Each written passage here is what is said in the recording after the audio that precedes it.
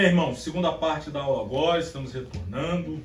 A quem esteja acompanhando ou vai nos acompanhar, sejam bem-vindos. Deus abençoe a todos. Os alunos da Escola Teológica Shema, quase formados aqui em Kenner, Igreja Shalom Pentecostal Church. Estamos de volta para falar no capítulo 2, o pregador. Vou ser breve aqui, irmãos, para falar do pregador, porque, como eu disse, vídeos futuros depois até envio para os irmãos. A gente vai desdobrar mais, mas para que eu faça melhor uso do tempo para chegar na parte prática de estrutura de sermão e de divisão de sermão, senão a gente vai acabar não tendo tempo para falar sobre esse. Sobre o pregador, a gente vai bater muito aqui nas técnicas. A gente já bateu a questão, por exemplo, da necessidade de espiritualidade, da necessidade de vida de oração, da necessidade de busca de unção, do reconhecimento da necessidade de submissão a Deus e sua palavra. Tem a questão de submissão à sua autoridade espiritual, que é o pastor. O pregador, falei isso no fim de semana passado, no seminário de líderes que ministramos lá na Flórida. O pregador, ele pode ser o mais popular que for. Eu falei sobre a diferença de popularidade e autoridade. Davi era mais popular, mas a autoridade quem tinha era Saul. E às vezes no Brasil tem essa diferença. A pessoa que é popular, ele acha que ele tem autoridade mais do que o pastor dele. Que o pastor dele é o pastor da igreja local. Ele viaja, prega para 50, para 100, para 200, para 500, para 1.000, 2.000. Aí ele acha que ele tem mais autoridade do que o pastor, mas não tem. Se o pastor autoriza ele sair para pregar, ele vai com a bênção. Se o pastor não autorizar, ele pode ser o melhor pregador, mas ele não está indo com bênção. Então tem essa questão, o pregador tem que entender a autoridade sobre a sua vida, ter humildade, submissão. Então esse ponto aqui eu vou ser objetivo aqui, ó. O pregador é alguém que recebe a mensagem de Deus e a entrega aos homens. É o que trata com Deus os interesses dos homens e com os homens os interesses de Deus. A pregação é a tarefa primordial da igreja e, por conseguinte, dos que exercem o ministério da palavra. Num certo sentido, todo crente é um pregador do Evangelho, pelo dever de testemunhar de Cristo, mas nem todos são ministros da palavra, né, que vão acessar ali o púlpito, pregar para várias pessoas. E aqui, falando então de... na página 38 aí, ó, são inseparáveis, no segundo parágrafo, a pregação e a devoção. Pregação sem devoção é vazia, é inexpressiva. Ao preparar um sermão, o pregador precisa dela para meditar em oração e comunhão com Deus. Assim o canal divino fluirá sobre a mente do pregador, fornecendo-lhe pensamentos ricos e inspirados. O cultivo espiritual deve ocupar o primeiro lugar na vida do pregador. O gabinete de estudo deve ser o seu recinto secreto, o altar da oração, o lugar da comunhão com Deus. A pobreza espiritual de muitas pregações, deixa eu até botar no ponto aqui, a pobreza espiritual de muitas pregações resulta da falta desse cultivo espiritual. Muitas pregações são vazias porque o pregador é vazio. Muita mensagem é pobre porque o pregador é espiritualmente pobre. Quando o pregador ele é alguém que medita, que estuda, que ora, que tem vida devocional, naturalmente Deus vai dar a ele mensagens poderosas. Por isso, o propósito da homilética é auxiliar o pregador na transmissão da mensagem de Deus. Não há maior tragédia para a igreja do que um pregador ímpio e impuro no púlpito. Um ministro mundano representa maior perigo para a igreja do que falsos profetas e falsas filosofias. Palavras aí do reverendo Hernando Dias Lopes. E é verdade, imagina um pregador em pecado, pregando o tempo todo no púlpito, trazendo maldição para a igreja. A vida dele completamente fora do altar, sem comunhão com Deus e falando ao povo de Deus. É muito sério, muito perigoso. Então todo pregador precisa ter uma vida devocional forte. E aí eu coloquei requisitos básicos para o pregador. Primeiro, todo pregador deve ser o quê? Regenerado. O Marcos só sabe explicar esse mistério todinho. Se eu deixar ele aqui, ele vai lá desde o nascer de novo. Desde o nascer de novo. Então a experiência regeneradora do Espírito Santo é a primeira e a mais importante na vida de um pregador. Por que eu estou falando isso? Mas é óbvio que o pregador tem que nascer de novo. Mas tem pregadores que não nasceram de novo. A Bíblia não diz que naquele dia muitos me dirão, muitos me dirão, em teu nome expulsei, preguei, curei. Mas você não nasceu de novo, só conheço quem nasceu de novo, nunca te conheci. Então tem gente pregando aí, adúltero pregando. Vocês acham que não? Estou inventando ou tem gente adultério no púlpito pregando? Tem gente que vai pregar, sai do púlpito, vai para dentro do quarto do hotel tomar uísque, fazer as piores safadezas que você possa imaginar.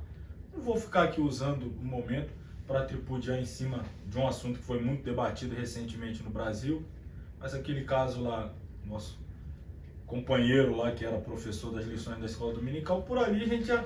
Quem imagina que alguém que está num dia ministrando uma Santa Ceia, num templo central de um estado tão sistemático como Alagoas, no outro dia ser pego em flagrante pela Polícia Federal? Tem, né? Então, parece que eu estou chovendo no molhado, né? Falando, pregador tem que nascer de novo. Mas claro que o pregador tem que nascer de novo. Mas tem muito pregador que não nasceu de novo. Tem muito pregador ímpio nos púlpitos. Tem pregadores que... Outro dia desse eu ouvi um pregador confessando os seus pecados, mas ele disse que ele estava viciado em pornografia, que ele deu uma soma lá de uns 4, 5 anos. Ele falou, nos últimos 4 a 5 anos não teve um único dia que eu não subi no púlpito sem antes ter consumido pelo menos 1 hora de pornografia. Nos 4, 5 últimos anos, ele não subiu no púlpito sem antes ter consumido no mínimo 1 hora de pornografia, para depois subir no púlpito. Aí ele estava falando na igreja, inclusive quando eu fui pregar, eu fui uma igreja grande de Belo Horizonte, naquele dia eu passei o dia todo na pornografia. E à noite preguei numa das igrejas lá com um público para mais de 4.000 pessoas. E aí você pergunta, e aí, como é que pode? Só que para entrar no céu a história é outra, né? Para subir no púlpito sobe. Para estar nos cartazes, nos eventos, nos congressos. Mas o céu é outra história. Então, ninguém será pregador autêntico sem a experiência da salvação. É preciso nascer de novo. A pessoa pode pregar baseada em inteligência, teologia, oratória, homilética, eloquência, mas isso não faz de uma pessoa um pregador de verdade, de Deus, um profeta de Deus, um mensageiro de Deus. Mistérios espirituais, alguns há que só regenerados podem desvendá-lo. Os pregadores sem regeneração, a Bíblia os denomina condutores cegos ou cisternas rotas. Outra coisa que o pregador precisa ter, vocação, ser chamado, ser vocacionado. Ao pregador cristão é necessária a vocação. Não a simples vocação natural da palavra, mas especial, espiritual, divina. Num certo sentido, todos os crentes em Cristo participam da vocação cristã, a chamada coletiva. Porém, é preciso distingui-la da chamada individual para o ministério da palavra. É preciso fazer distinção entre aqueles que se sentem chamados e os que de fato foram chamados a pregar. Vários motivos podem levar a pessoa a querer pregar. Tem muita gente que quer ser pregador por quê? Acompanha o pregador da rede social. O pregador coloca foto. Neste fim de semana pregando em Nova York. Aí, saindo aqui do aeroporto JFK direto para o aeroporto de Londres. Nesse fim de semana pregando aqui em Londres. Aí depois agora indo pregar na França, aqui em Paris. Aí o outro olha, quero ser pregador. Será que essa é a razão certa para alguém querer ser pregador? Ambição pessoal. Olha, um pregador desses aí, que é mais estrela do que tudo, né? Mais o famosinho, um amostradinho, como diz o outro, um amostradinho do que tudo. Será que essa é a razão correta para alguém querer ser pregador? Ou tem gente que quer por conta disso. A influência de terceiros, carisma de algum famoso pregador, como se a chamada fosse profissão, escolha pessoal, ver a oportunidade de mudar de vida. Vou ser pregador para mudar de vida. Eu não quero mais essa vida, quero... Só que para ser pregador genuíno, chamado de Deus é necessário. Não se baseia em ambições pessoais, nem em sonho de grandeza e fama. Para ser um pregador não basta o querer, Não é o homem quem decide. É necessário o chamado especial e o compromisso com esse chamado, que é um desafio. Vamos adiante. Deixa eu passar aqui. Próximo. Personalidade. O pregador precisa ter personalidade. O que isso vem a ser? Ao pregador, não só a regeneração e a vocação são importantes, mas também o cultivo de uma personalidade moldada na palavra de Deus. Define-se personalidade como sendo aquilo que caracteriza uma pessoa e a distingue de outra. Analiticamente, é o conjunto das qualidades físicas, intelectuais, sociais, espirituais de uma pessoa. Personalidade significa tudo quanto o indivíduo é e o que poderá vir a ser. Não, nossa personalidade manifesta-se na vida cotidiana. Por isso deve ser desenvolvida através da educação. Então, um pregador que tem consciência, uma personalidade formada como servo de Deus, é necessário para ser um verdadeiro pregador. Vou pular para o quarto, acelerando aqui para a gente avançar. Tem que ter objetividade. O que é ser ou ter objetividade enquanto pregador? Se o pregador tiver objetividade ao pregar, isto é, se visar unicamente salvação de almas, edificação da igreja, o sucesso não lhe subirá à cabeça e a mensagem não perderá o seu alvo. O sucesso da pregação verifica-se quando a mensagem é objetiva e redunda em louvor e glória a Cristo, não ao pregador. Então tem um objetivo. Qual o objetivo dessa mensagem que Deus me deu? É evangelístico? O objetivo é salvação de almas?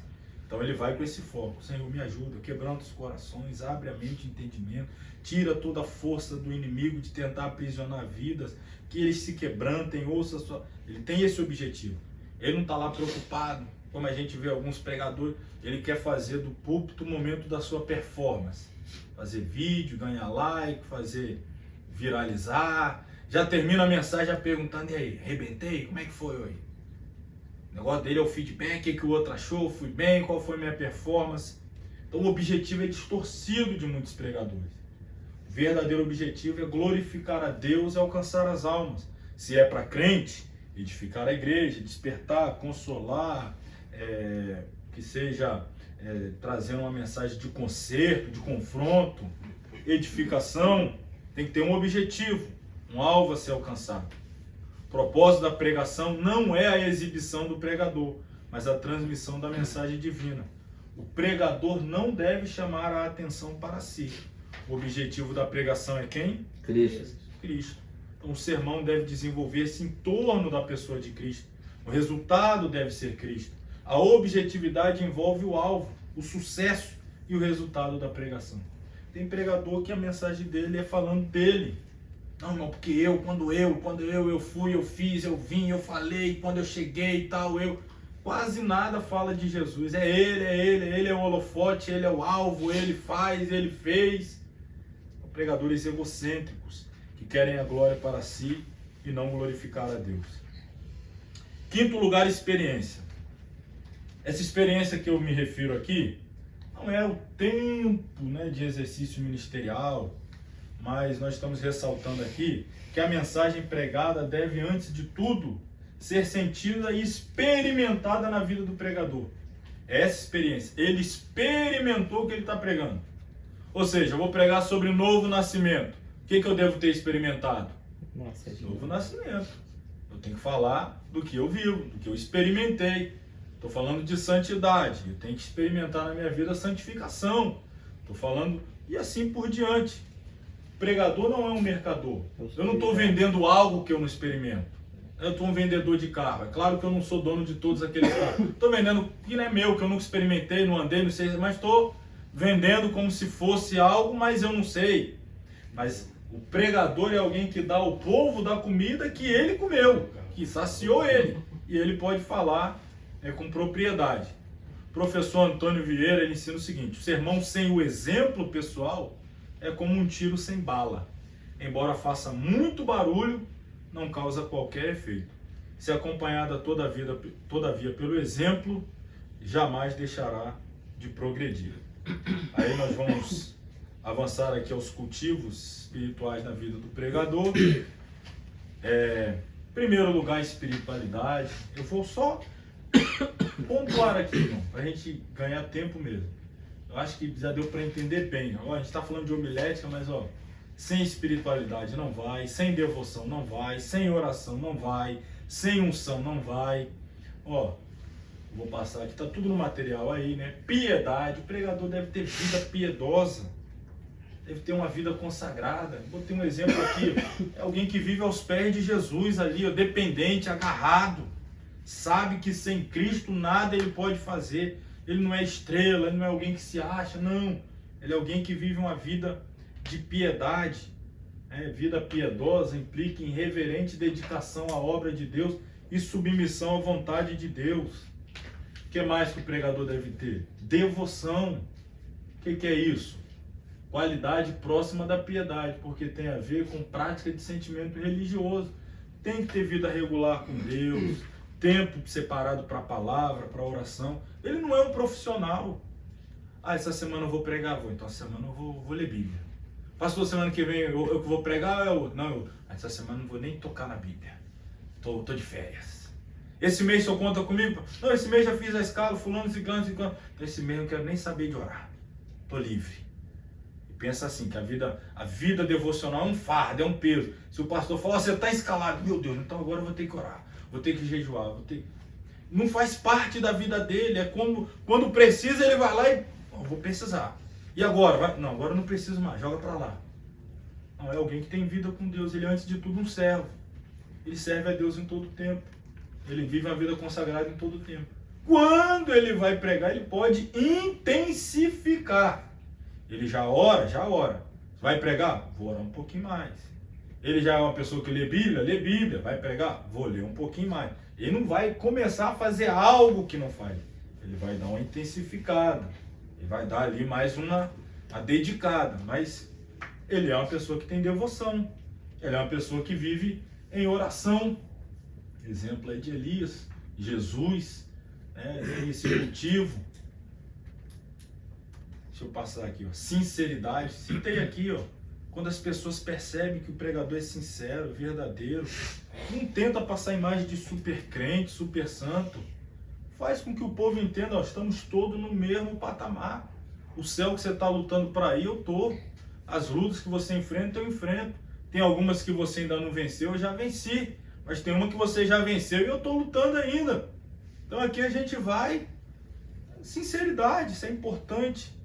O apóstolo Paulo liga a sinceridade ao amor, ou seja, ele seja não fingido. Importante jamais confundir sinceridade com atitudes grosseiras, né? A pessoa acha que ser sincero é ofender. Tem uns que falam, não, eu falo mesmo, não tem comigo não, sou sincero. Ser sincero nem sempre é ser grotesco, né? Grosso, ferir as pessoas. João Batista era sincero, verdadeiro, a forma dele. Jeremias também era sincero, mas de outra forma. Tem que saber o momento de falar, como falar, e sem, claro, negociar a sinceridade. Ó, isso aqui eu gosto dessa imagem, ó. Aí, ó. Reflete, humildade. Aqui, tem mais anel do que dedo, homem aqui, ó. Esse anel de teologia.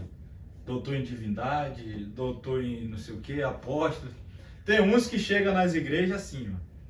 Já chega lá para botar pressão no pregador. Fala, ó, você cuidado que você vai falar hoje. Aqui tem gente que conhece Bíblia, tá? Para tentar pesar o ambiente. Claro que eu estou usando o recurso retórico da ironia. Isso aqui é o oposto da humildade, né? Jamais poderá ter o pregador uma postura arrogante ou exibicionista. Não que eu seja contra quem tem o direito a usar o anel de usar, mas eu vejo em alguns casos pura pretensão de querer se mostrar ser mais do que o outro. Então, se esse é o sentimento do coração, para querer às vezes fazer o outro se sentir menor, como eu disse, tem lugares que eu vou que as pessoas colocam assim. Eu, por exemplo, tenho bacharel também, fiz até pós-graduação em teologia. Particularmente não gosto. Tem gente que não tem nem graduação nenhuma, mas usa o anel lá para dizer, chegou aqui o que conhece. E às vezes nem é. Então, a humildade, é melhor você chegar num ambiente e as pessoas não esperarem nada de você e você as surpreender com a graça de Deus, do que você chegar no lugar e fazer as pessoas esperar muito de você e você as decepcionar. O que é melhor? Você chegar na igreja e falar assim, rapaz, você não vai dar nada não, esse aí que vai pregar tá com cara de que aqui não sai, isso aí, daí a pouco Deus te usa com graça, com poder, aquele que estava falando é o primeiro a dar glória, o outro que estava murmurando já está chorando, ou você chegar, né, rapaz, isso aí vai arrebentar, olha só, isso aí pelo visto, aí, e daí a pouco o povo está dormindo no banco lá com você pregando.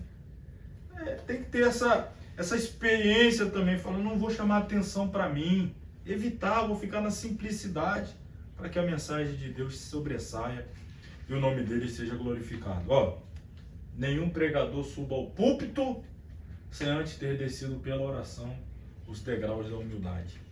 Fecha esse capítulo aqui para a gente já ir ao terceiro, contando uma história. Talvez você já deve ter conhecido, você já deve ter ouvido. Certo pregador subiu ao púlpito, passou na igreja, passou aquele lado lateral, as igrejas grandes, com muitos obreiros no altar, escadaria para subir no púlpito, e ele veio arrogantemente, peito estufado, passou ali ao lado do ciclo de oração sem cumprimentar ninguém, subiu no púlpito achando a estrela, o pessoal olhando, as irmãs ali do ciclo de oração olhando, ele passou e subiu. Ficou lá, só medindo o culto, com mãozinha aqui, medindo todo mundo. Quando chegou a vez dele, ele assumiu o microfone para pregar. Saiu nada com nada, esqueceu a mensagem, se enrolou, gaguejou, e daí a pouco desce ele cabisbaixo, envergonhado, todo sem graça. Aí veio descendo pela plataforma, né, o altar, pelo cantinho. Aí ela viu uma irmã marchando na direção dele, aquelas irmãs.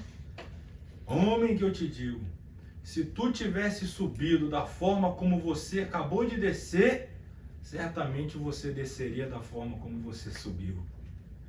Esse é o mistério. A pessoa, se tivesse subido nessa humildade, poderia descer, né? Mas quer subir arrogante, desce como? Saindo pela porta dos fundos. Então a humildade, irmãos, é imprescindível. Semana que vem, isso aqui, não, semana que vem não. É hoje, é agora, é já. Vamos voltar para o nosso amigo aqui. Eu vou até agora ficar mais preso aqui ao nosso material mesmo. 3 são as partes essenciais que formam a estrutura do sermão. Falando agora da estrutura do sermão. Quais são as 3 partes aí? Primeira, Introdução. A segunda, Corpo. e a terceira, é claro, a conclusão. Toda mensagem tem introdução, o sermão propriamente dito, que é o plano, o desenvolvimento, o corpo e a conclusão. Vamos ao parágrafo que pular um, vai o outro aí. A estrutura, podemos chamá-la esqueleto do sermão. A forma e o corpo do sermão aparecem depois. Por isso, o objetivo principal na elaboração da estrutura do sermão é o de nortear o desenvolvimento do mesmo. A gente vai pela ordem aqui começar falando da introdução. Mas deixa eu só lhes dizer. Fazer uma mensagem, preparar um sermão, se bem que esse aqui não seria mais propriamente, mas meu livro que está ali, Conversão Parcial, é como escrever um livro. Quando você vai ler um livro, a primeira coisa que você lê no livro, aliás, esse material mesmo que a gente está aqui, a primeira coisa que você lê é a introdução. Só que quando você vai preparar, ela é a última coisa que você faz. Porque você fala assim, a introdução, ela introduz, claro, a mensagem. Aí eu te pergunto, e qual é a mensagem? Não, ainda não tem. Então como é que você vai fazer a introdução? Você tem que ter a mensagem. Aí você vai na introdução, ali de forma sucinta, né, de forma resumida, explicar para o povo o que é que você vai pregar. Qual é a mensagem? Então primeiro você tem que ter a mensagem. Então na ordem, vamos dizer assim, da elaboração do sermão, a introdução vem por último. Na ordem da apresentação, é claro que a introdução vem na frente, você vai. E aí, vamos entender a ordem aqui da apresentação, não da preparação, não ali da hora do trabalho, braçal, duro, estudar, escrever, meditar. Você já entendeu isso daí, mas na hora de apresentar, a introdução é a primeira parte. É o ponto de contato entre o pregador e o auditório. Tecnicamente denomina-se exórdio. E é a parte... Que parte do sermão é a introdução? É a parte... Vital. Vital. Por que eu estou aqui afirmando que a introdução é a parte vital? Ó, Se o pregador não souber entrar no plano da mensagem, terá dificuldade para pregar. O pregador, através da introdução, apresenta a ideia única do seu sermão, e não várias proposições, pois, neste caso, iriam confundir a mente do auditório e desviar a atenção. Então, como fazer uma boa introdução? Essa é a pergunta. Vamos seguir aqui alguns requisitos para uma boa introdução. Mas, eu volto a dizer, a introdução, ela é a parte vital, porque é o primeiro ponto de contato entre você e os seus ouvintes. Na introdução, ou você ganha, ou você perde a atenção do público. Ou você cativa o interesse, ou você dispersa o interesse do público. Você pode ter uma mensagem extraordinária. Se a sua introdução for ruim, as pessoas ficam desmotivadas para ouvir a mensagem, porque você não soube apresentar para elas. Às vezes, fazer aqui uma comparação, perdoe até pela... Mas você está vendendo um produto, o produto é magnífico, mas você não sabe apresentar ele. Está vendendo algo assim que é extraordinário, só que você não sabe direito, né? Não sabe dizer. Aí você não conseguiu vender porque você não sabia dizer o que é. Olha, mano, estou te vendendo essa casa aqui, agora estou na dúvida se tem 2 ou 3 quartos. Eu acho que deve ter água quente no chuveiro, não tenho certeza não. Às vezes ela é toda equipada, tem tudo, mas você não sabe. Aí a pessoa fica, tá meio duvidoso, não sabe se é, se não é, não sabe se tem, se não tem. Ah não, vou ficar com essa casa não. De repente tem tudo isso, até muito mais. Mas você não soube apresentar. É uma coisa é a mensagem. Ela é extraordinária, mas você apresentou assim meio... Você quer ver um exemplo? A gente vai pegar aqui, claro, eu trouxe aqui, ó, quatro requisitos, né? Chamei aqui 4 requisitos para uma boa introdução. Mas eu vou dar um exemplo. Não, vou deixar para falar desse exemplo na hora que eu apresentando aqui. Primeira coisa, a introdução deve ser o quê? Em primeiro lugar, breve. Breve. O pastor falou para você, você tem 40 minutos para a mensagem. Geralmente você vai, você vai preparar o sermão. Aí você chegou à conclusão de que para apresentar o sermão, você vai precisar de 30 minutos. Então você já vai, vou dar 5 para a introdução e 5 para a conclusão. E 30 para o desenvolvimento, os 40 minutos que o pastor me deu. Hoje está apertado, vai ter, hoje é dia de ceia, a gente vai ter que apresentar uma criança, depois a gente vai ter que orar. Hoje a gente está um pouco apertado, a gente vai reduzir aqui a mensagem, algo atípico, vai ser 25 minutos. Aí já sabe, vou ter que apertar um pouquinho na mensagem, vou apertar um pouquinho aqui. Ele sabe dosar ali, não pode, se ele tem uma mensagem de 25 minutos naquele dia, ele levar 12 minutos de introdução. Eu já vi uns caras, vão falar o que Deus mandou e passa 1 hora do culto. Aí já é... E no caso para não dizer doido, é falta de ética ministerial. Aí já é outra história. Aí já é ano que vem, ética ministerial, já deixa marcado aí. Isso já é outra história. Agora eu pergunto, vamos pôr aqui, se o pregador faz isso e a pessoa sai antes do culto acabar. Suponhamos, na nossa igreja acaba 12h30, o cara estica até 1 hora, se eu levantar e ir embora, é falta de ética, mas ele também tá faltando com a dele. As duas partes, né? Mas sempre isso vai depender, assim. Tem vezes que... O desenvolver do culto, né? do desenvolver do culto. O culto não é engessado também. Todos nós sabemos do horário que termina. Mas vamos supor, então, que o culto está maravilhoso. Deus está batizando, está curando. Quem quer ir embora? Se está claro que Deus está operando ali. O pastor para falar, irmão, culto terminou, amém. O pessoal, amém, coisa nenhuma, eu quero mais, eu vou ficar. Já aconteceu, não foram poucas vezes. Na minha igreja mesmo, pastor, não quero segurar ninguém, eu sei que os irmãos têm horário, amanhã precisa levantar cedo, trabalhar e tal. Então quem precisa ir tá liberado, tá? Cadê que vai embora? O pastor já falou, tá liberado, tá com a benção para ir, eu entendo a situação de todo mundo, amém. Cadê que vai embora? Quando Deus está derramando mesmo, fazendo, ninguém vai. Agora já tem aquele outro que antes de dar o horário de terminar, já tem gente, fala, tá uma forçação de barra, tá uma empurração, parece ferro com ferro, aquela coisa seca. Então, e a pessoa percebe também, né? A pessoa percebe o que eu tô dizendo. O pregador tá forçando a barra, já acabou, não tem mais nada. Já extrapolou o pastor lá que deu a ele, tá inquieto, querendo que ele para. Mas tem vezes que o próprio pastor da igreja, ele olha, pastor, perdoa, pastor, que o pastor vai. Deus está operando. Quem sou eu para entrar no meio? Deus está operando. Então, claro, a gente tem uma norma, porque a gente é organizado, mas de vez em quando, quem que falou aí, pregou sobre quebra de protocolos? Maxwell. Deus faz isso às vezes, velho. E a gente sabe. Não tá dizendo. Não, hoje Deus está fazendo um negócio diferente. É Deus. Então, vamos esperar. Mas via de regra, o pregador respeita A liturgia. eticamente a liturgia. Se está dando para passar, ele vai até o pastor. O pastor só falou que eu tinha até tal hora. Eu não fiz isso na escola bíblica, estava passando, me dirigi ao pastor. Pastor, eu posso passar 10 minutinhos? Eu, pode passar 10 minutinhos. Os irmãos concordam? Não foi isso que eu falei? Os irmãos, a igreja toda, amém. Está todo mundo em acordo aqui. Né? Não disse que o que é combinado não fica caro para ninguém? Recebi a autorização do anjo da igreja, congregação concordou todo mundo, amém, vamos passar. Não estava enchendo linguiça, estava concluindo o conteúdo ali, amém. Agora, não tem mais nada aí, não tem nada. Pastor, posso terminar? Passar? Não, não passa não, tá bom já. Já deu, já era para ter me entregado já uns 5 minutos atrás. Puxãozinho. Tem caso também que fala, não, pode não, irmão, hoje está meio apertado mesmo, pode encerrar, fica para outro dia se não continuar.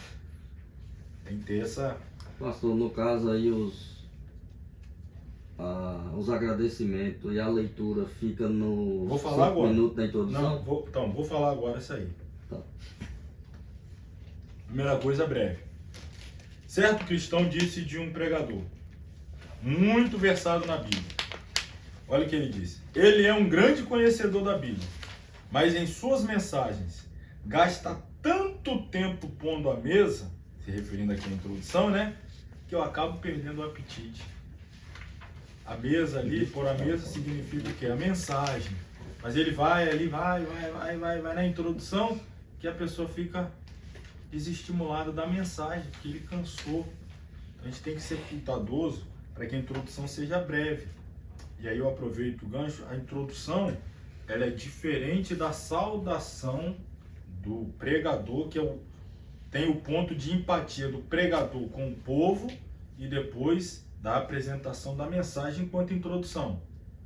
Então, exemplo, fui convidado para pregar numa festividade de jovens, de uma igreja. Naturalmente eu recebi um convite, isso foi uma honra para mim. O pastor da igreja está me cedendo o púlpito, me permitindo pregar. Isso também é uma honra para mim. Não vou chegar ali, pegar o microfone e falar, irmão, abre a Bíblia aí, vamos logo para a palavra, não tem compromisso com ninguém aqui, meu negócio é com Deus. Para que eu já vou chegar com essa arrogância toda? Por que eu não posso chegar, irmão? Quero ser grato a Deus por essa oportunidade, é um privilégio ser um ministro da palavra. Quero agradecer ao pastor da igreja que me cedeu a oportunidade, muito obrigado, que Deus abençoe. A liderança da juventude que lembrou do meu nome, me convidou, Deus continue abençoando vocês. A todos os irmãos que aqui estão, muito obrigado pela confiança. Vamos ao texto. Precisa também ficar de menos e de mais é sempre ruim. Tem uns que às vezes nessa parte de saudação ele fica ali, tem 10 pastores na igreja, é uma alegria rever aqui meu pastor, meu amigo, a gente jogou muito bola lá quando a gente morava lá no céu. Você lembra lá, não sei o quê? E o pastor falou, rapaz, você tá aqui agora, aí vira pra cá e o povo tá bem lá. Aí ele fica aqui falando com os pastores, esse aqui, rapaz, não sei o que, uma bênção de rever, como é que... Fica ali, fica 10 minutos, de costa virada pro povo lá, e falando com outro. Bem não. Tem um grupo de pastores, tem um pastor presidente, quero cumprimentar aqui o pastor presidente, e cumprimentando o pastor presidente, tendo a minha saudação a todos os obreiros que aqui estão ao lado dele. Recebam todos vocês minha saudação. Pronto. Tem um presidente da convenção ali, 3, 4 membros da mesa diretora. Quero saudar o presidente da Magna Convenção do Estado, que se faz presente. Acompanha ele alguns membros da mesa diretora. Na saudação feita ao presidente, saúda a todos. Então, pronto. Não precisa ficar jogando confete.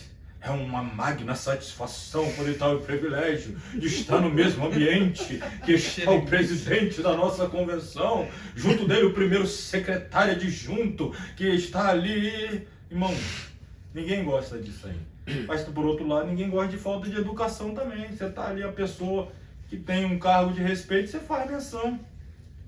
Às vezes a gente não gosta de político na igreja. Tem casos que pesa o culto, aquele monte de político. Mas também você não pode, por outro lado, ser ignorante. Tem ali um prefeito, um vice-prefeito, tem ali um ou dois vereador, um secretário. Quero saudar aqui as autoridades políticas nessa noite. Fico feliz em tê-los aqui. O ambiente mesmo da igreja é um ambiente que vocês devem estar. Então, os membros aqui do Poder Executivo, Legislativo, né? Cumprimento a todos vocês, que Deus vos abençoe. Não precisa ficar também confete com político. Tá aqui o excelentíssimo prefeito que está trabalhando na cidade. A cidade era uma antes da sua pessoa, agora é outra. O púlpito não é lugar para isso. Mas também você não precisa ser ignorante com ele, fazer de conta que ele não existe e não está ali. Eu quero louvar a Deus pela presença do representante municipal que está conosco aqui para ouvir a palavra de Deus, ser uma benção. Temos aqui representante do Legislativo, Deus abençoe vocês também. Eu já tive em vários eventos assim, irmão, com o prefeito, com o vereador, com o presidente de convenção, vou muitos no Conselho de Educação. E você não tem aquela coisa, você não pode ser de mais e nem de menos. Você nem tem que ficar jogando confete em ninguém e nem sendo grosso com ninguém também. Obrigado, eu feliz, satisfação de tê-los aqui, Deus abençoe o líder, me convidou, os irmãos, amém. Vamos à palavra, irmãos, amém? Amém. Pronto, fica bonito. Você honrou as pessoas, mostrou que tem educação, tem uma boa ética, uma formação, isso já abre o coração. Pô, o camarada aí sabe entrar, sabe honrar, sabe respeitar, isso já abre também. Agora você chegar também, ai irmão, que negócio aqui é meio com a palavra, não tem compromisso com político, com pastor nenhum aqui, meu negócio é com Deus. Para que você chegar assim já com voador no pescoço dos outros? Necessidade nenhuma. Esse que você tá falando, uma vez aconteceu comigo, fui num lugar cantar uma vez, né? A gente inexperiente, aí o pastor presidente tava atrás, né? Aí você já tava nervoso, ansioso. Aí eu subi, assim, por um lugar desse, o pastor que é da igreja, né? Me convidou gentilmente, tratou bem na casa dele, o pastor presidente tava atrás de mim. Aí comecei a cantar, terminei desse pro pastor, meu pastor da minha igreja, falou assim, que feio, hein?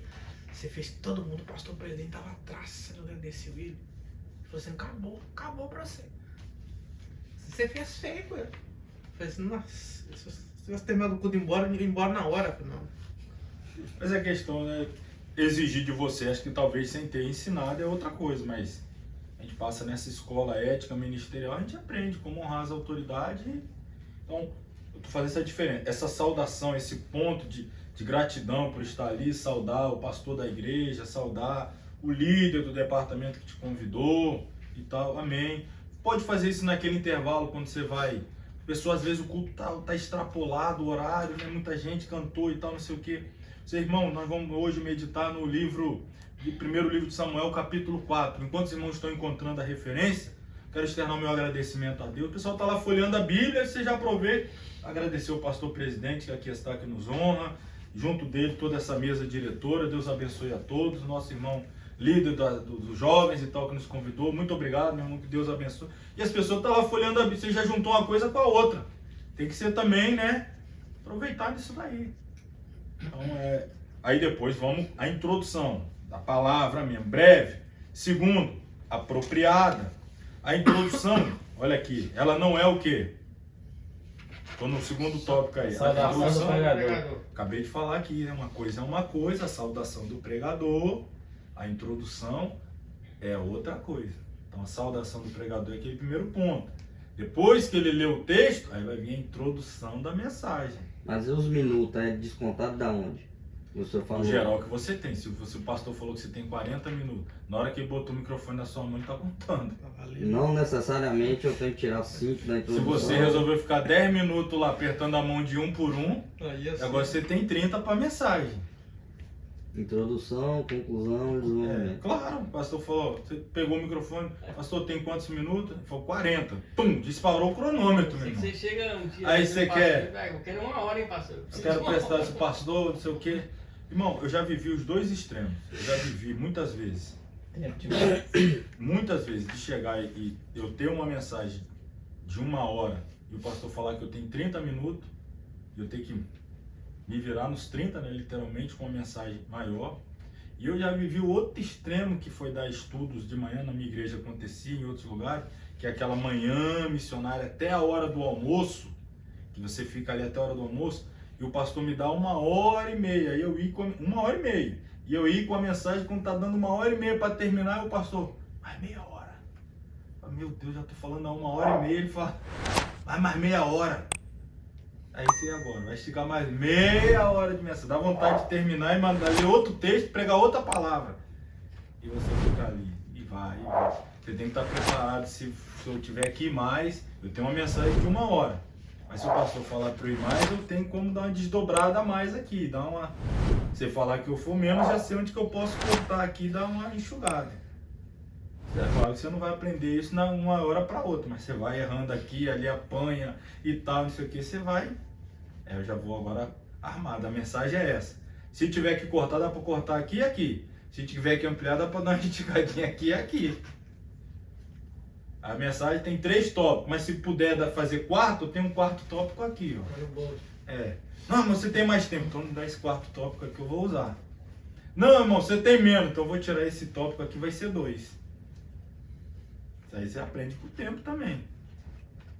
Interessante, ó, o sermão, por melhor que seja, será mal sucedido se o pregador for infeliz aonde? Na introdução. Bom, a introdução é muito séria. O pregador, ou melhor, os primeiros momentos do sermão são extremamente importantes. O pregador deve ter a segurança de atrair e manter a atenção dos ouvintes com alguma informação que lhes seja de interesse vital e, deste modo, conduzi-los para dentro do sermão. É na introdução que você ganha ou perde o público. Eu já vou ler o próximo aqui antes de comentar, eu comento os 2 juntos. Ó, ela deve ser simples. A simplicidade deve nortear a oratória do pregador da palavra de Deus. Não inicie o sermão de forma arrogante, acrescento, nem inicie, nem desenvolva, nem conclua. Não seja arrogante em momento nenhum. Mas se você for no início, esquece, já era. A introdução não deve prometer demais, porém seja ela verdadeira e entusiasta. Na introdução, ou o pregador conquista ou perde a atenção do oratório, do auditório. Diz um ditado. Fala para vocês, para mim aí, por favor. O que diz o ditado? 1, 2, 3. Sermão bem começado é meio caminho andado. A introdução é isso aí. Sermão bem começado, irmão. Você já andou metade dele. Uma introdução interessante. Por exemplo, você vai pregar uma mensagem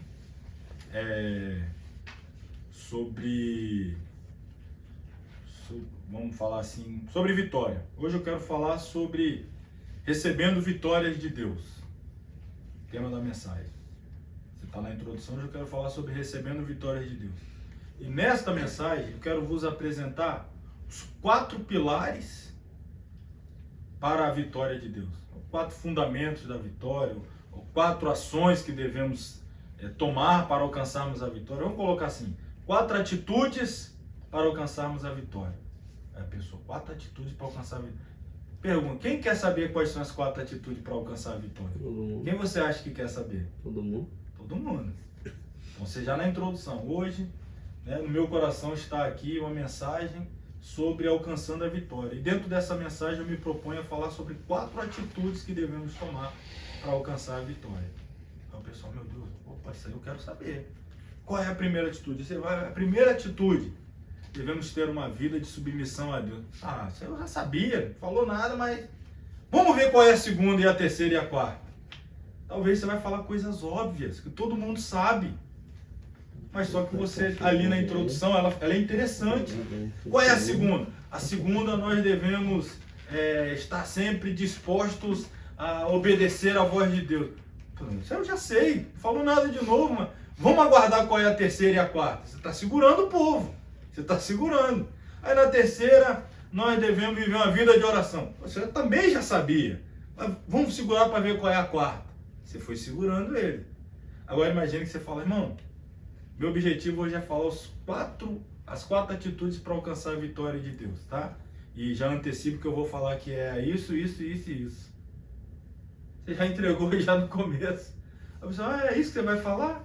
Então, Acabou a graça. Acabou a graça. Você já contou o fim do filme ali no... Olha, irmão, hoje eu vou falar um filme, mas o mocinho morre no final, tá bom? Vamos lá. Aí, você já falou? Não assisti, não. Pronto.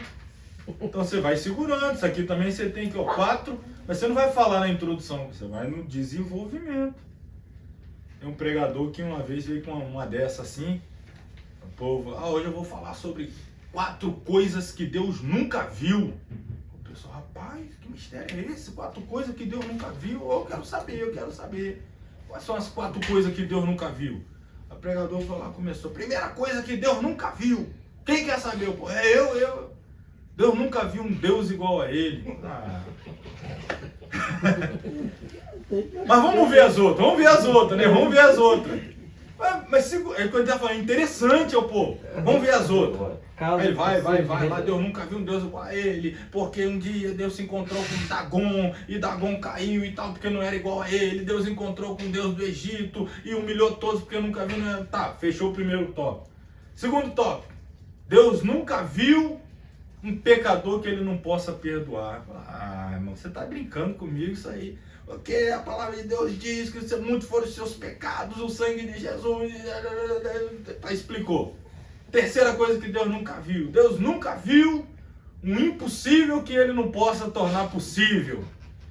Olha que coisa. Só tô falando coisa óbvia, não é? Mas só que na introdução você falou que que história é essa? Deus nunca viu. Mas aí eu volto ali o que eu falei para vocês. Imagina, irmão, eu quero falar sobre 4 coisas que Deus nunca viu. As quais são? Um Deus semelhante a ele, eu não sei o que, não sei o que. Entregou. A pessoa já acabou, você foi. Então você tem que cativar, ser interessante. Falar pro pessoal, vale a pena você me escutar até o final. Eu tenho uma mensagem. Não vai embora. Segura aí. Eu vou falar sobre isso, mas preciso de tempo, preciso da sua atenção. O pessoal vai ficar. Agora, se na introdução você vem com a irmã. Tô com a mensagem, eu não sei. Pra falar a verdade, eu nem sei o que eu vou pregar, irmão. Eu já vi pregador falar isso. Eu nem sei, irmão, o que eu vou falar hoje aqui. Eu nem sei. Aí eu falo, se você não sabe, é eu que não vou ficar aqui para saber. Se você não sabe, não sou eu que vou ficar aqui para te ouvir. Tô fora. Mas tá dizendo que tá ali indo de qualquer maneira. Então na introdução, ou você ganha ou você perde. O que a gente deve evitar na introdução? Sensacionalismo, piada, falsa humildade, jargões e expressões rotineiras, dogmatismo, que são pontos às vezes doutrinários que são conflitantes, que um concorda, o outro não concorda, você já gera polêmica na introdução, isso é dogmatismo. Então tem que tomar cuidado. Tem gente que começa, irmão, com piada. Tem gente que gosta, mas a maioria não gosta. A maioria não gosta. Aí você já conta a piada ali, uns riem, os outros já ficam com a cara trancada. Aí você já perdeu o povo. Volto a dizer, você pode ter a melhor mensagem do universo, mas na introdução você perdeu a atenção, o interesse do povo. Você nunca tem uma segunda chance de causar uma primeira impressão. Não diz que é a primeira impressão que fica? Então é a introdução ali que marca, que dá esse ponto de contato em relação à mensagem, para que o povo fique interessado ou se disperse. Então ela é muito importante. Aí nós vamos propriamente ao plano do sermão. Uma segunda chance para causar a primeira impressão. Plano do sermão. Quem pode nos ajudar lendo aí já esses 2 parágrafos aí? O A plano. estrutura do sermão. O plano é a parte principal. Tem a ver com ordem das divisões constituídas de pontos e subpontos. O plano envolve a organização do sermão com suas divisões técnicas, que orienta o pregador na apresentação da mensagem. É, na verdade, o esqueleto. As ideias e pensamentos é que lhe dão corpo. Podemos definir como uma associação de ideias que finalizam num só alvo. O esboço norteia o desenvolvimento do sermão. Pode ler o próximo, por favor, também, pastor. O sermão deve possuir uma ordem apropriada nas divisões. Um sermão desordenado é como um motim que tem movimento, mas não tem ordem. Pregar sem ordenar os pensamentos é levar os ouvintes a várias direções. Todo sermão precisa possuir uma ordem própria no seu plano. Então, um exemplo aqui da organização. Você está pregando uma mensagem, eu costumo dizer que ela deve ser ascendente. Ela começa num nível, você vai subindo, e aí quando você está chegando perto da conclusão é o clímax da mensagem. Você não pode começar a mensagem no clímax e fazer ela vir. Por exemplo, o texto que Paulo diz assim: o salário do pecado é a morte. Isso Isso é uma mensagem impactante. Meu Deus, isso quer dizer que o pecado é a morte? Olha só, já leva a gente lá para baixo. Mas, o que ele continua dizendo? Mas, O dom o dom gratuito de Deus é o quê? vida A eterna. vida eterna. Então você pode falar, eu quero falar sobre consequências de uma decisão em relação à eternidade. As consequências da nossa decisão em relação à eternidade. Aí você pode começar falando as consequências de eu entregar minha vida a Jesus. Vida eterna. Aí você começa com a igreja. Vida eterna e céu, salvação. A igreja, oh, glória, aleluia, chora e tal. Mas agora eu quero falar de consequências de não entregar a vida a Jesus. Aí começa, termina a mensagem falando do inferno. Aí você vem na segunda parte falando de pecado, inferno, separação. Quando a lógica é você começar falando desses pontos, digamos assim, negativos, e depois você termina com os pontos ascendentes, é o positivo, que é o resultado vida eterna. Então, você dividiu o sermão, você vai desenvolver. Começa com esses pontos mais baixos e vai evoluindo em direção aos mais ascendentes. E sempre organizado, indo todos na mesma direção, né? As ideias não podem ficar desordenadas. Você está com uma ideia, você lança para cá, e uma outra ideia para lá. Não, elas devem convergir todo na mesma direção. Um sermão é igual um rio, irmão, que está correndo e vai chegar todo desembocar no mesmo mar. Ele não pode ficar uma parte dele, né? O primeiro tópico vai para um lado, o segundo tópico vai para o outro, o terceiro faz a volta para trás. Ele tem que ter aquela fluidez assim, todo indo na mesma direção. Então as suas ideias têm que convergir na mesma direção. Daqui a pouco eu vou dar exemplo aqui de divisões de sermão, você vai perceber isso mais na prática. Então os pontos e subpontos devem ter uma ordem lógica dentro do sermão. Cada ponto deve estar em harmonia com os demais no desdobramento do plano. Lembre-se de que cada divisão representada numa parte do sermão não é um novo sermão. Tem gente que prega várias mensagens numa mensagem, né? O tópico 1 é uma mensagem. O tópico 2 é outra mensagem. O tópico 3 é outra mensagem. Vou dar um exemplo aqui. Você está pregando lá, você resolve pregar. Vou dar um exemplo lá do Davi e o Golias. Aí o seu sermão, a vitória do Davi sobre o gigante Golias. Aí você começa com um contexto histórico, sua introdução. Irmãos, né? Sabemos que o livro de Samuel vem depois daquele período de juízes, e vem o primeiro rei de Israel, aquelas batalhas pela conquista, os filisteus e tal, e Deus levantou Davi, um menino ungido, tal, etc, etc. Aí você está contando a história, chegou ali, o exército de Israel está lá no campo de batalha, o gigante está chamando alguém para a luta, ninguém vem, até que o pequeno, mais recém-ungido, Davi, passa por aquele campo de batalha, ouve e se propõe a lutar. Ele se propõe a descer no campo de batalha para a luta, levando com ele elementos como a sua unção, a fé, a experiência que teve com o leão e o urso e tal. Você está desenvolvendo raciocínio, vai chegar no campo de batalha, vai falar, de repente, aí você fala assim, eu vou dividir o sermão aqui em 3 partes, né? Falou a introdução. A fé para vencer, a coragem para vencer e a disposição para vencer, disposição para lutar e vencer. Fé para vencer é o primeiro ponto. Quando eu falo de fé, irmãos, eu me lembro da mulher do fluxo de sangue. Você vai pregar sobre a mulher do fluxo de sangue. Tem gente, aí deixou o Davi com Golias lá no campo de batalha lá. Aí você vai falar da mulher do fluxo de sangue. E conta toda aquela história lá. Isso é outra mensagem. Não tem nada a ver com essa mensagem. Você está pregando um outro sermão dentro desse. Aí você, como vocês viram aqui, a fé é para vencer. Aí vamos voltar lá pro Davi. Além da fé para vencer, ele teve coragem no campo de batalha. E eu me lembro de Josué em Jericó. Aí você já deixou de novo ele aqui, já foi agora lá para trás pro Josué com Jericó. Aí vai pregar aquela mensagem. É aquilo que eu estou dizendo. E no final, as pessoas perguntam, ele pregou sobre o quê? Aí eu falo, ele pregou de Josué. Não, rapaz, ele pregou da mulher do fluxo de sangue. Não, ele pregou, porque você pregou várias mensagens em uma. Você saiu. É diferente quando você abre um parêntese na mensagem e fecha. Você pode estar aqui dentro do mesma mensagem, falando lá do Davi. Aí você vai falar de fé. Por falar em fé, Davi teve fé e tal. Eu lembro que nós devemos ter uma fé que rompe barreiras como foi a fé da mulher do fluxo de sangue que rompeu ali apesar das dificuldades. Ponto, fecha o parênteses, volto para cá. Você não tem que ficar ali a vida toda falando daquilo e esquecer da mensagem. Um parêntese você pode abrir e fechar.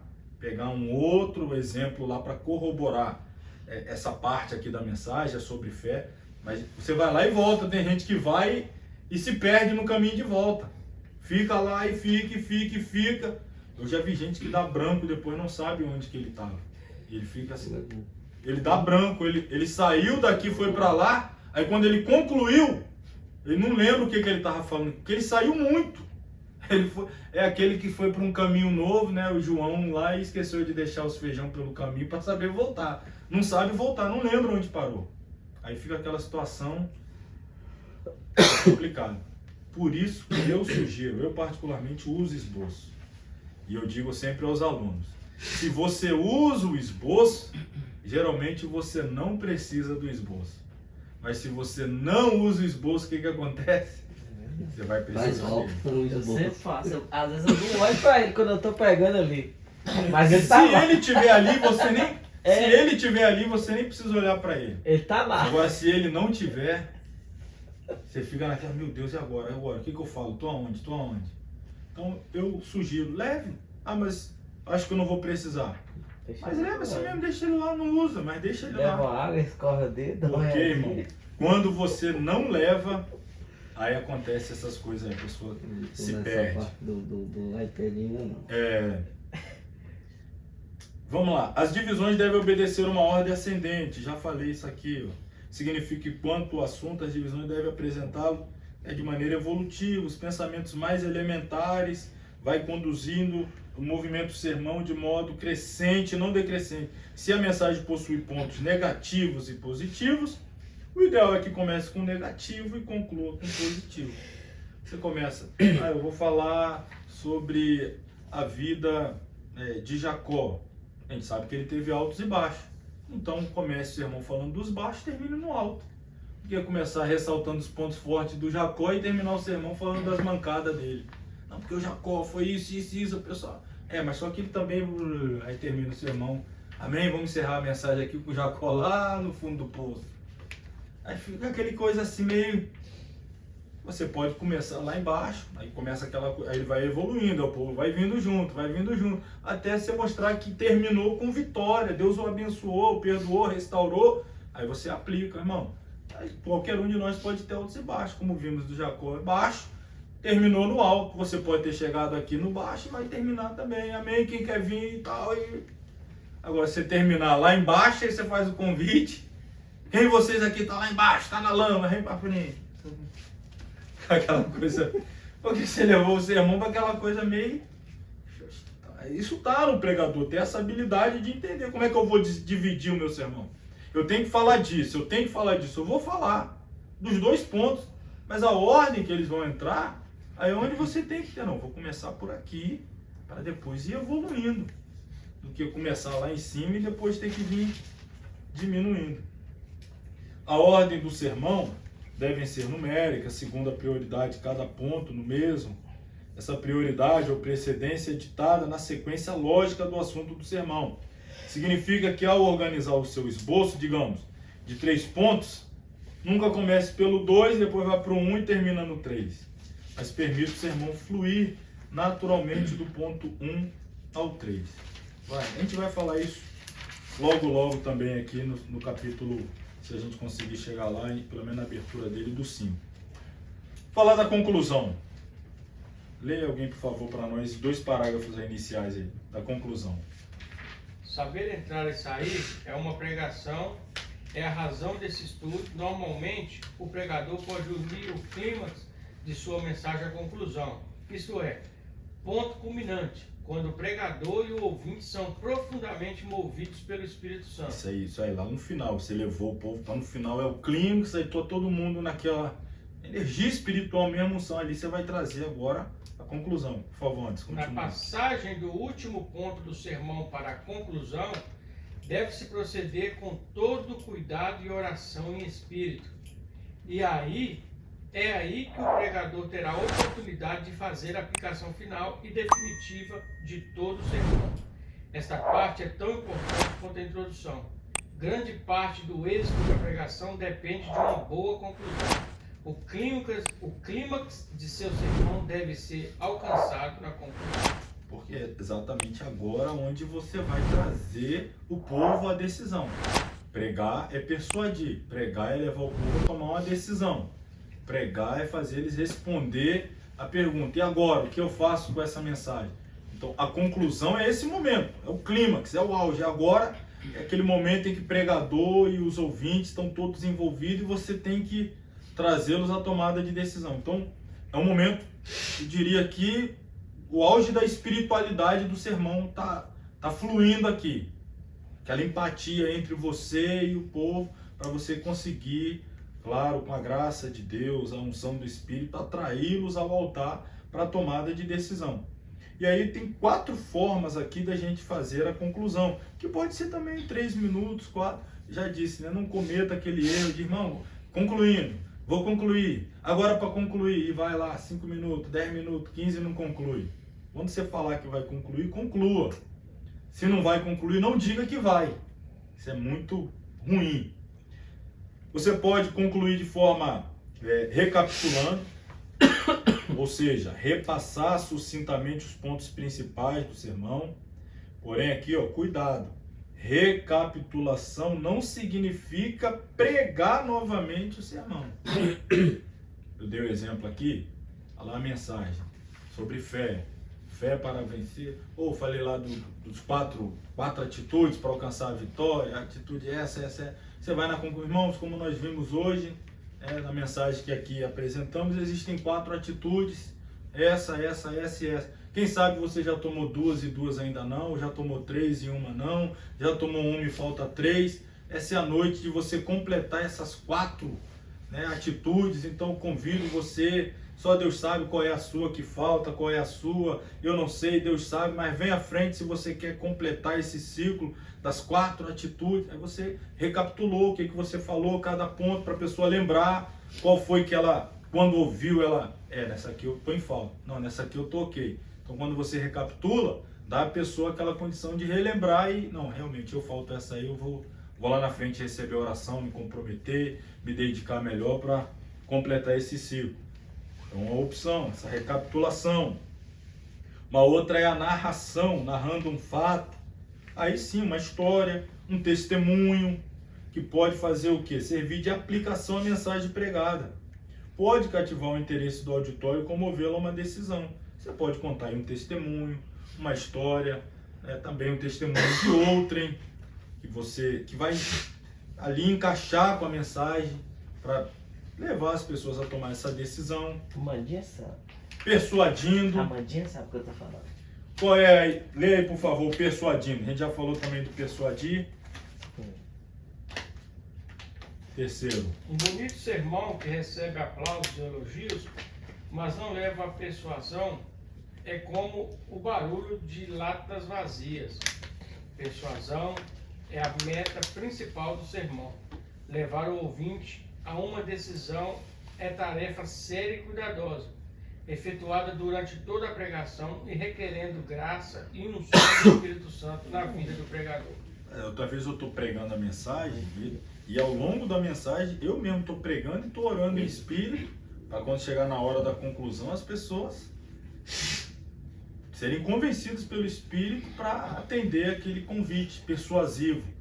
Às vezes a coisa está travada, você está pregando, está falando, Senhor, quebra essa cadeia, vai tocando o coração. Estou sentindo que hoje aqui você está ao mesmo tempo na batalha aqui em espírito, orando, porque é uma batalha para convencer. E o inimigo quer cegar o entendimento, quer fazer a pessoa ficar paralisada, não reagir. Então, ao mesmo tempo que você está pregando, você está orando para as cadeias quebrarem, corrente cair e a pessoa poder ser convencida. Então, persuasão.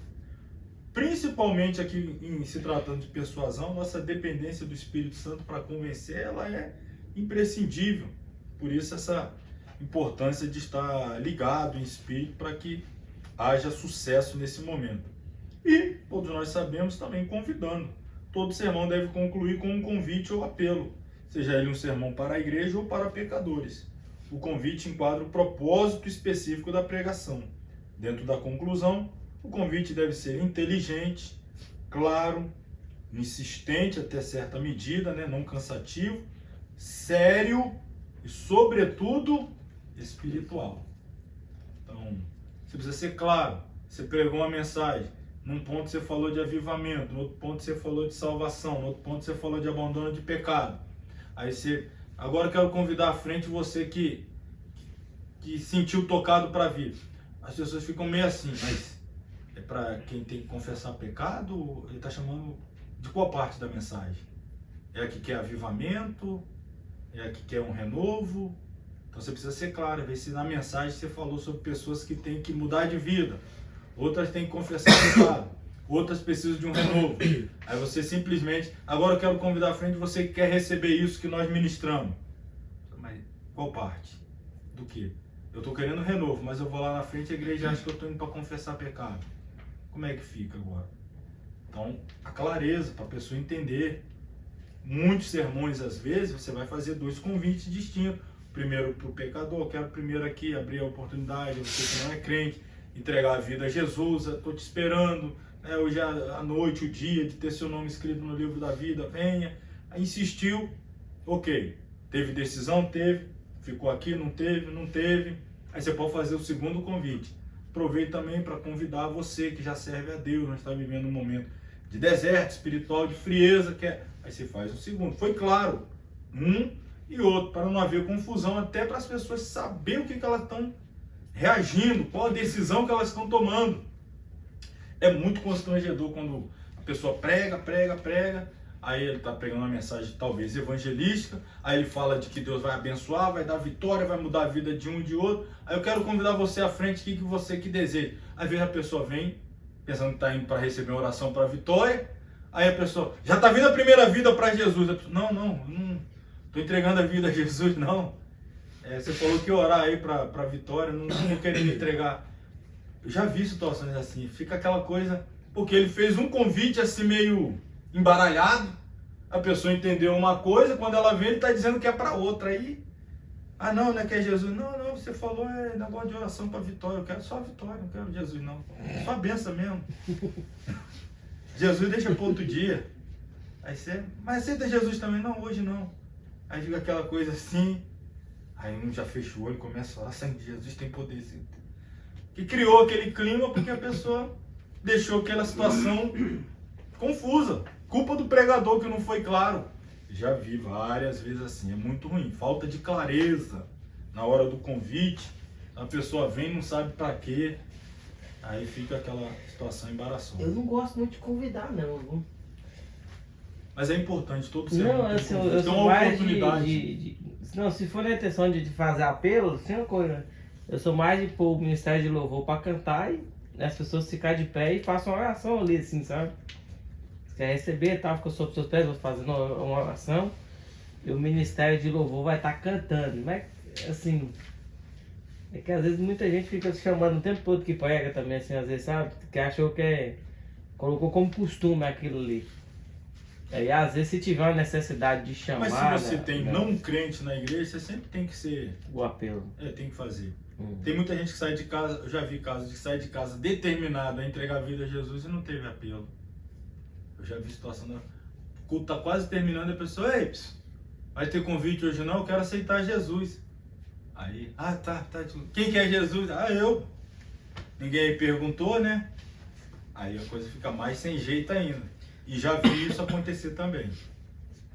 De não convidar e a pessoa ter ido com esse propósito e depois ela mesma se manifestar e perguntar, vocês não vão perguntar quem quer? Não, eu quero. Aí fica aquela situação, poxa, ninguém perguntou se a pessoa quer. Não precisa ser insistente, mas faça a pergunta. Ó, irmãos, hoje é um dia de oportunidade, todo dia é dia de oportunidade de salvação. Temos alguém aqui?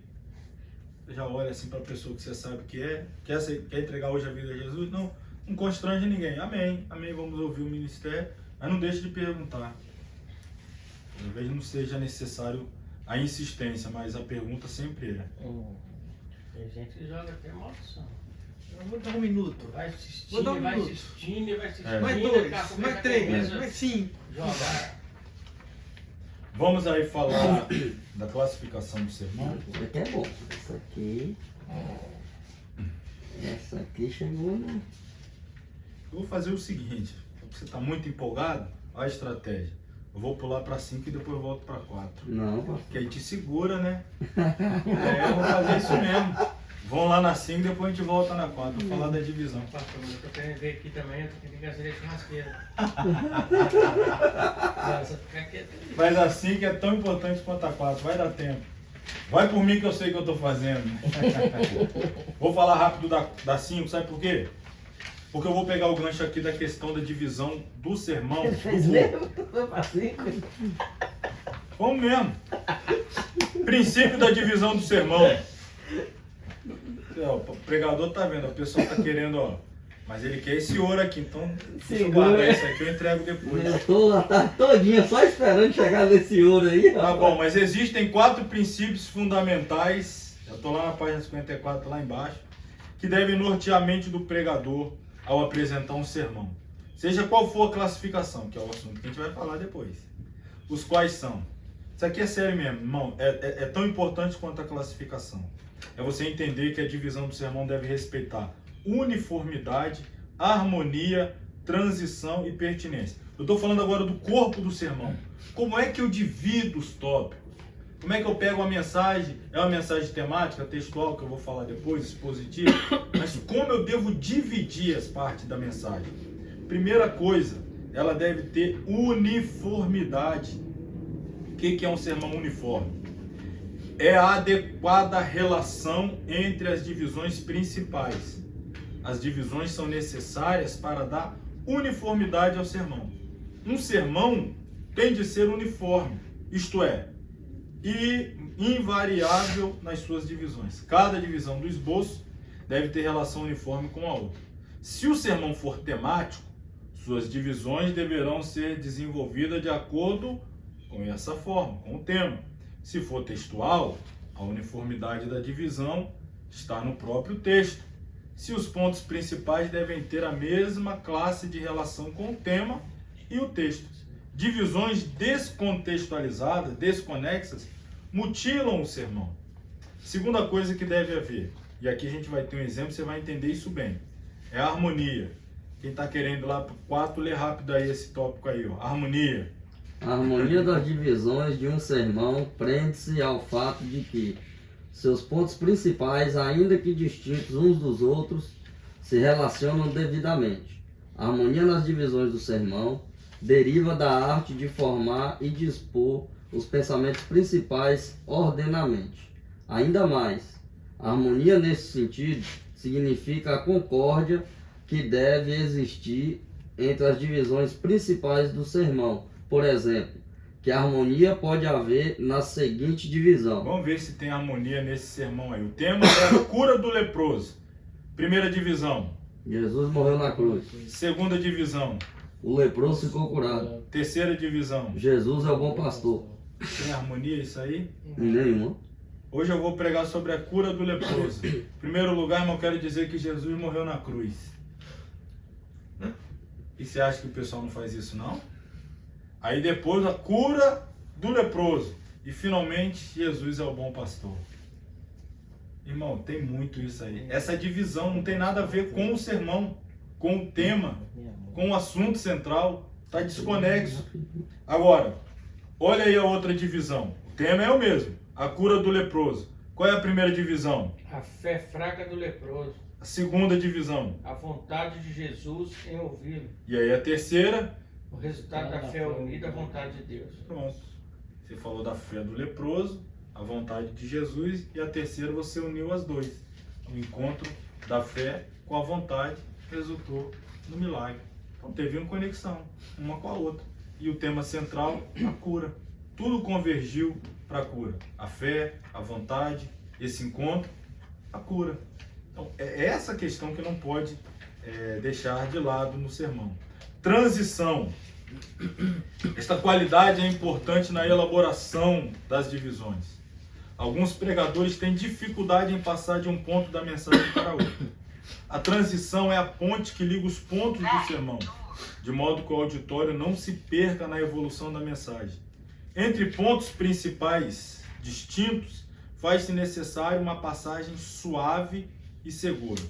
James D. Crane diz: o movimento progressivo do sermão não deve ser como o arranque ou a partida brusca de um trem cargueiro, né? Você saiu de um tópico para o outro, dá aquele solavanco, mas como o suave deslizar de um moderno trem de passageiros conduzido por um maquinista perito. Aquela coisa vai deslizando, saiu de um tópico, entrou no outro, de um no outro, mas sem aquele solavanco, ficou aquela...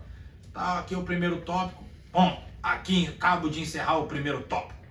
Vamos agora ao segundo tópico. Não é como o estudo da revista da EBD, o sermão. Ele tem fluidez, ele vai acontecendo, evoluindo. Não deve ser assim brusco, encerra, começa, a coisa vai se desenvolvendo, né? Essa transição é suave.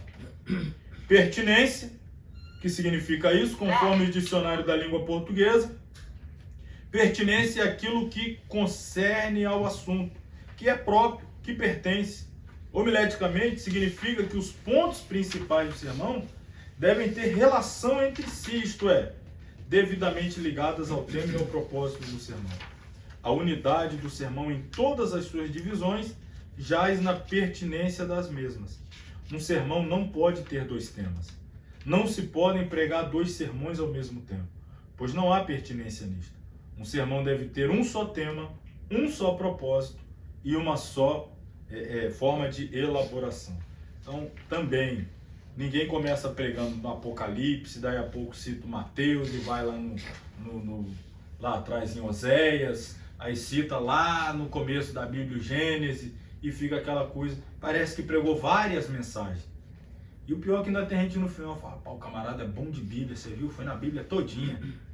Tem uns que ainda saem, só que não falou nada assim, conexo, organizado, ordenado, né, sequencial. Não foi um tema, não foi um texto desenvolvido, leu um texto, pregou outra coisa. E as pessoas ficam o tempo todo, mas que hora que ele vai para o texto que leu? Que hora que ele vai falar do texto que leu? E ele vai. Mas vem cá, e o texto? Ele vai quando falar do texto? Então, mas isso aí não cabe na questão de quando a gente faz uma aplicação, e para corroborar sobre a aplicação a gente lê um versículo que... Geralmente você está falando aí dentro do temático. Aí você vai lá em outra parte para corroborar aquela... aplicação. Não, eu estou falando assim quando você transforma isso em um tópico. Uhum. Aí você saiu e transformou isso num tópico todinho, algo que vai levar ali 8, 10 minutos. Vamos supor, 40 minutos de sermão. 5 introdução, 5 conclusão, e aí 3 tópicos, 10, 10 e 10. E aí você está falando de um assunto e de repente você lida 10 minutos, que seria o equivalente a um tópico, para falar de outra coisa. Você pegou um outro texto. Ao invés de ser ler o texto para corroborar o tópico, você transformou aquilo lá num outro tópico. Você ficou lá e explicou lá e foi comentando sobre lá e tomou aquele parte do sermão. A mente das pessoas foi para lá, tá lá junto com você. Aí ela saiu aqui dessa sequência do sermão. Por exemplo, você pode ir lá e voltar, como eu falei, o parente, você vai lá e volta. Por exemplo, a primeira pregação minha foi sobre José. Aí eu preguei sobre eu abri um dos aplicações, foi a fidelidade de José, foi testado. Aí eu fui, fiz uma aplicação e li Mateus de lá em Jesus, quando ele foi testado no deserto. Isso não tem problema. Não, porque você está falando de teste da fé, e você citou lá e voltou para cá para aplicar isso aqui na vida de José. Então, o teste da fé. E aí aqui nesse tópico da pregação de José, falando do teste da fé, eu quero falar sobre Jesus. Não, você vai falar sobre José. Eu me lembro que Jesus também passou por isso. Você faz lá nesse episódio, assim como a Bíblia diz, tum, tum, tum. E aqui nós vemos que José está passando pelo mesmo. Aí você vai falar. Você só foi lá para fazer esse ponto, pum, pum. Mas você não vai pegar esse tópico, falar sobre a fé. E depois continua lá. É isso aí. Pode ir e voltar. Vou deixar vocês para ler depois, ver as ordens das divisões aí, lógica e cronológica, para que a gente possa voltar então no capítulo 4, que é o capítulo que a gente vai dedicar um pouquinho mais e é o que vai encerrar a nossa aula. Acho que tem 30 minutos aí. Mais Mais 40. Tem umas 7, 10, né? 40 minutos. Ok. Há basicamente 3 classificações de sermões. Quais são as 3? Temáticos, textuais e expositivos. Os 2 primeiros eu acho que não trazem muita confusão, né, no entendimento. Um pouco mais, talvez, o terceiro. Mas vamos lá. Por favor, alguém lê esses 2 parágrafos aí que se seguem. Estas 3 classificações abrangem vários tipos de sermões e podem ser usados nas mais diferentes ocasiões, conforme a necessidade, o lugar e as circunstâncias. Estas 3 classificações são apenas formas de conduzir um sermão, aproveitando-se as possibilidades da técnica e da inspiração recebidas. O aspecto científico e técnico que a homilética oferece para a pregação de sermões são válidos, desde que não anulem a ação do Espírito Santo, tanto na pregação como na apresentação dos mesmos. Ok, então aqui a gente vai entrar numa área propriamente técnica. A gente está conceituando o tipo de sermão, a gente está dando conceito, nome, né, o sermão. Ah, esse sermão é textual, esse sermão é um temático, esse é um expositivo. Por que esse sermão é textual? Porque dentro dele a gente identifica isso, isso e isso que é pertinente a um sermão textual. Por que esse é temático?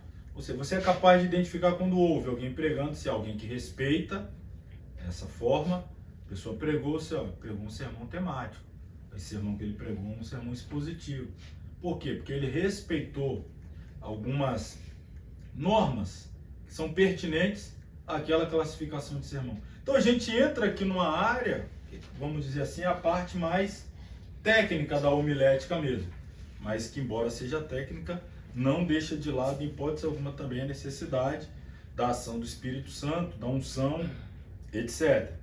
Então, sermões temáticos. Vou começar com ele. O que é um sermão temático? É aquele cujas divisões são tiradas do tema. E a gente também chama ele de sermão de assunto, ou sermão de tópico. Mas, propriamente, né, o nome mais famoso é temático mesmo. Esta espécie de... e aqui crescendo, né? Independente do texto. O sermão temático, ele não fica tão obrigado a ficar preso ao texto lido. Porque você está se obrigando a ficar preso no tema proposto. Você está se propondo a falar sobre um tema, uma doutrina. A gente vai explicar melhor. Então, ele te dá uma certa liberdade, não é total liberdade, mas uma certa liberdade ao longo da Bíblia. Mas os seus limites são o quê? Os seus limites é o tema. Você está livre em toda a Bíblia, mas você está preso ao tema. Quando você fala do textual, você está preso ao texto. Quando você fala do temático, você está um pouco mais solto na Bíblia. Mas você tem uma responsabilidade que te traz no chão aqui. Você não sair, né, devagando, né, imaginando. Não, você, estou preso no tema. No texto, estou preso no texto. Claro que você pode ter, como a gente citou aqui, um parêntese aqui, um ali, para você dar um reforço, mas a sua proposta é temática, é textual, expositiva, é expositiva. Então, nesse caso, ele não fica muito preso ao texto. Esta espécie de sermão chama-se sermão de tópico ou de assunto. Nos sermões temáticos, o texto pode fornecer a ideia ou o pensamento da mensagem desejada. Já até antecipo, na maioria das vezes que nós vamos usar um sermão temático, o texto ele acaba sendo muito oportuno para servir de introdução. Você tem um sermão temático, eu vou explicar aqui melhor, mas você vai ter que ler um texto. Você não vai ficar sem ler um texto da Bíblia. E esse texto, ele pode te servir de base introdutória. Aí depois dali é como se fosse a rampa, né? A pista de corrida, onde o avião vai decolar. Aí o texto virou a pista, para você decolar então em direção ao tema. Vamos colocar mais ou menos assim. Essa é a introdução, o texto. Então, tecnicamente, o sermão temático desenvolve a verdade do que gira em torno do tema ou assunto. As vantagens oferecidas por esse tipo de sermão são várias. Aqui o pregador poderá exercer sua capacidade analítica e imaginativa na busca de temas para seus sermões. Quando o pregador é criativo e versátil, tem mais facilidades de encontrar inspiração para temas ou para sermões, né, temáticos. Algumas das vantagens oferecidas. facilita a divisão do assunto, que sempre vai estar em torno do tema, dá maior unidade ao sermão, ele está ali, tudo vai convergir para o tema, oferece maior campo de ação para desenvolver, como eu já disse, é toda a Bíblia, tem a Bíblia toda a seu dispor, desde que esteja em torno do tema, e adestra a mente do pregador, para ele poder ir buscando, lembrando, estudando e analisando logicamente em torno do tema. Vamos ver um exemplo de sermão temático, apresentando apenas os pontos principais de sua divisão. Você notará que a divisão é feita conforme o tema, independente do texto escolhido para nortear o sermão. Então, um exemplo, sermão temático. Tema, o Evangelho da Salvação. Aí você leu lá Romanos 1,16. Como seu texto, tá? Mas você vai pregar um sermão temático. Você pode transformar aqui o texto na sua introdução. Irmãos, aqui a carta aos Romanos foi escrita assim, assim, assim, o apóstolo Paulo estava em tal lugar, a preocupação dele era desenvolver uma carta doutrinária para falar acerca da doutrina da salvação, haja visto que não foi ele responsável por fundar a igreja de Roma, e tinha preocupação em saber se aquela igreja estava bem fundamentada na fé genuína da verdadeira salvação, e é exatamente sobre isso o tema da minha mensagem, é falar sobre o Evangelho da Salvação. Pegando como base a preocupação do apóstolo que a igreja de Roma tivesse uma firmeza, um fundamento no verdadeiro e genuíno Evangelho, o único que é o da salvação. E aí então com essa proposta eu começo a responder a primeira pergunta, a fonte do Evangelho. Qual é a fonte do Evangelho? Aqui é o primeiro tópico. Qual é a fonte do Evangelho? Aí você vai, falar de Jesus, ele é a fonte, a palavra, Deus, o projeto. Está falando da fonte do Evangelho. Seu tema é o Evangelho da Salvação. Agora que a gente sabe qual é a fonte do Evangelho, vamos entender qual é a razão, por que foi necessário o envio de Cristo, que é o Salvador, o Evangelho, né? A boa notícia é Ele, por quê? Aí você vai lá, porque o homem caiu no pecado lá no Éden. Olha só, você está falando de salvação. Agora você pode ir para o Éden. E lá tal, no Éden ele cai, desde então vem se multiplicando a iniquidade. A gente vê ali ainda no Éden já a Torre de Babel, a confusão das línguas, o episódio lá do dilúvio por causa dos pecados, na era patriarcal o pecado assim, assim, assim, no período... Ok, você está falando. Por isso nós percebemos a necessidade do Evangelho. Todos pecaram, destituídos estão da glória de Deus. Os maiores homens da Bíblia, Davi, Salomão, etc. Percebe? O sermão temático te deixou livre. Você pode fazer isso. Mas o tempo todo, a necessidade do Evangelho. O Evangelho da salvação. Evangelho, Evangelho, Evangelho, Evangelho. A pessoa está ouvindo, está falando do Evangelho. Não saiu daí. Ele falou do Davi, mas o Evangelho. Ele falou isso aqui, mas o Evangelho. Agora, irmão, nós precisamos entender como a humanidade recebeu o Evangelho.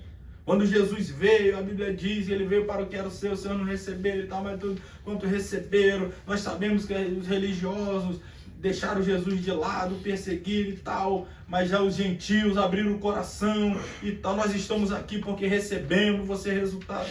Continua falando do Evangelho.